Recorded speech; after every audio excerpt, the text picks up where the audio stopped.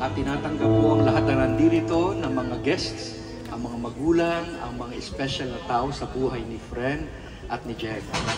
Isang araw ng pag-iisang dibdib, nawa po ay sumaatin ang presensya ng Panginoon sa hapon ito.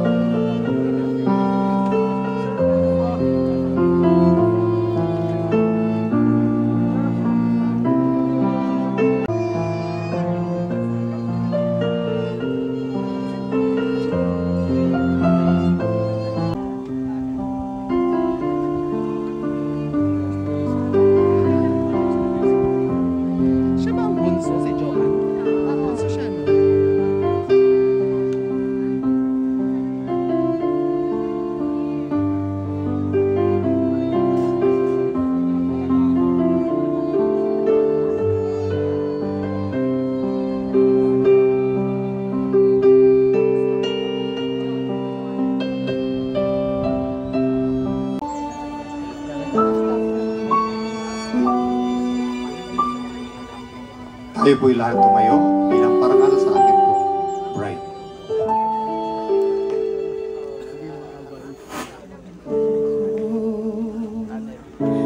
Habang ako'y naglalakad, papalapit sa'yo, di ko maipaliwanag ang aking nadarama.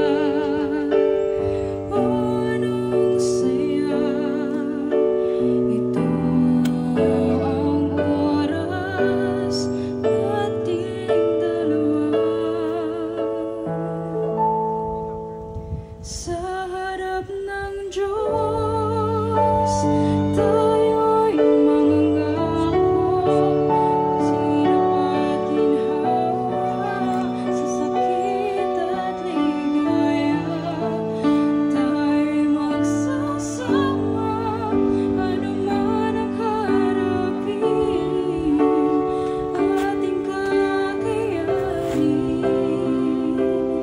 dahil ang Diyos ang gabay natin.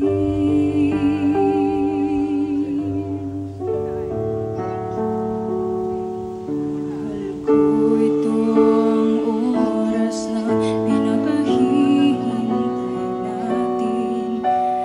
Parang kailan lang nanalangin, ngayon ay nandito na. Puso ay anong-saya, ito ang oras nating dalawa.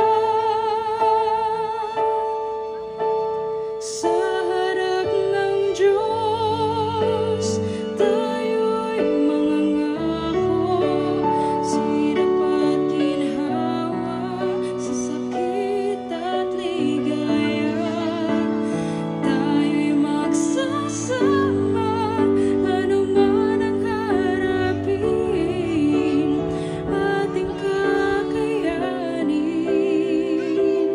dahil ang Diyos ang gabay.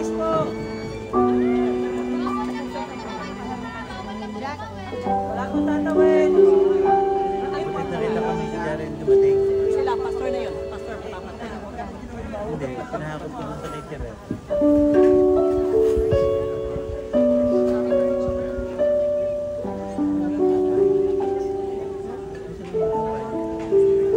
Bago po natin ituloy ang seremonyang ito, nais ko lang pong itanong. Ito po si Frendel at ang kanyang mga magulang. Narito po sila 10 ng kanilang mga kaibigan, kamag-anak, mahal sa buhay. Sino po ang nagpapahintulot na ang kasalang ito o ang babaeng ito, isang dalaga, ay matutuloy na maipakasal kay Ginoong Frendel. Ako po. Amen. Kayo po. Ako po. Palakpakan po. Ibig sabihin kalahati na pong matutuloy ang kasal. Bago po natin ituloy ito, ngayon po sila'y binata at dalaga. Ano po ang gusto niyong sabihin sa kanila bago sila mag-iba ng status? Ay, may inihanda ho ako pa eh. Ay, may handang magutom. Areho eh. Ay, ari English. Dapat pala na Tagalog ko, Pastor. Ikaw pala yung Tagalog mag-eh. Ako'y may 3 magagandang mga dalagang anak. At napakaganda ng panahon ngayon upang ibigay ang aking pangalawang anak. Si Jennifer Dayan. Ako'y naniniwala na ito isang divine providence kaya ito yung nangyari. At mahirap paabutin na sila ikakasal sa simbahan. Very rare na po itong mga pangyayaring ito, but this is a sign of the fruitfulness of your diligence and faithfulness. Kilala ko po itong both side na ito at alam ko kung gaano ang struggles na naranasan ninyo and the successes na makikita ninyo. So, congratulations po sa mga magulang. Bigyan ko po muna ng pagkakataong magpasalamat itong inyong mga anak sa inyo. Nais kong ipaalam sa iyo. Ako at ang aking asawa, mahal na mahal namin siya. We dearly love Jenny. And with God's help, like a fruitful vine, we have hedged her with love. And not just an ordinary love. That's with the kind of the love of the Lord. The kind of love that nurture to blossom and mature. We have fertilized this delicate plant through the sweat of our brows with Adventist Christian education. And she has responded well with that love. She excelled and blossomed to be a nurse and now a doctor. But I'd like to assure you that she's not spoiled and hard to deal with. She has had her fair share. Papa, dito pa rin po ako.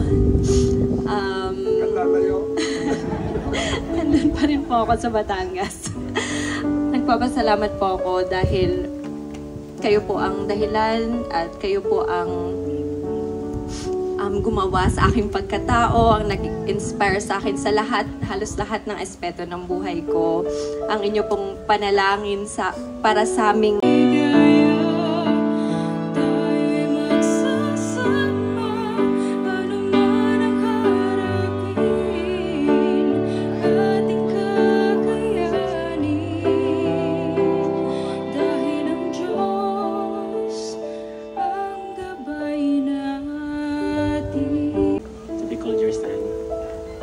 With the little that you have, you tried to raise me up and give me a chance for a better life.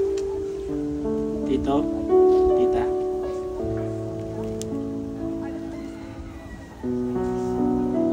thank you. Thank you for your trust. And thank you for loving me even before this day. Meron po ba kayong sasabihin, Nay?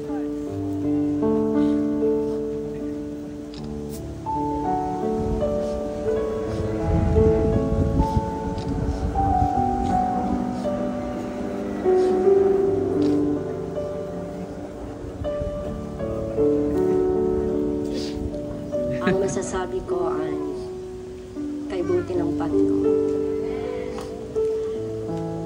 Sa lugar na pinanggalingan namin, napakalayo. At dito rin ay napakalayo rin para kay Doktora kung nasaan. Subalit sa pamagitan ng pag-ibig na ang Panginoon ang pinagmulan niya sa pananampalatayang pinamulat niya sa bawat isa. Pag-asa, pagtitiwala sa Panginoon. Kaya nangyari ang bagay na ito, ang pangyayaring ito, ang okasyon na ito, dahil Panginoon ang may akda. Kay friend, umaasa ko anak, na ibinigay namin ni tatay mo ang puso na pagmamahal sa lahat ng magkakapatid. Nagtiyaga. Dahil alam ko na may plano ang Panginoon para sa iyo. But it will not happen. He remains to be faithful because he cannot deny his own. Pangalawa, UH, di ba? Humility. At ang humility ay nasa liability ng lalaki. Bakit nasa lalaki ang humility? Bakit hindi sa babae?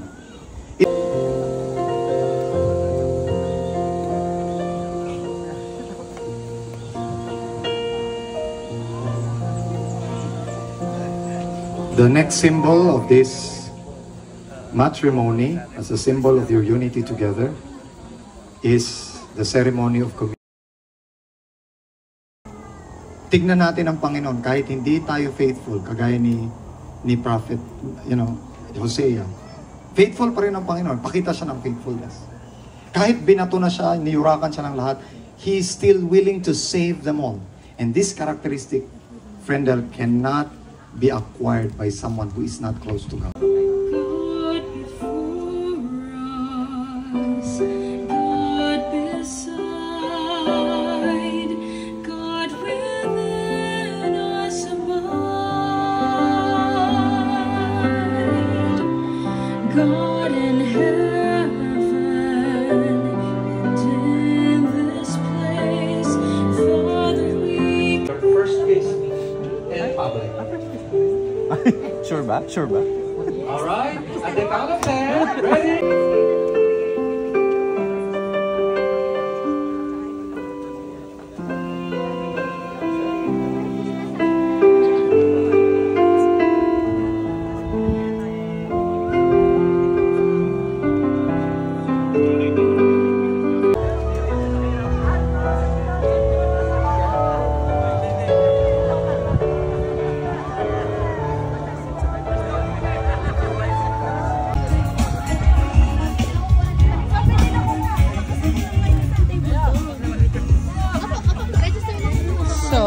Ilan mo ng table number po?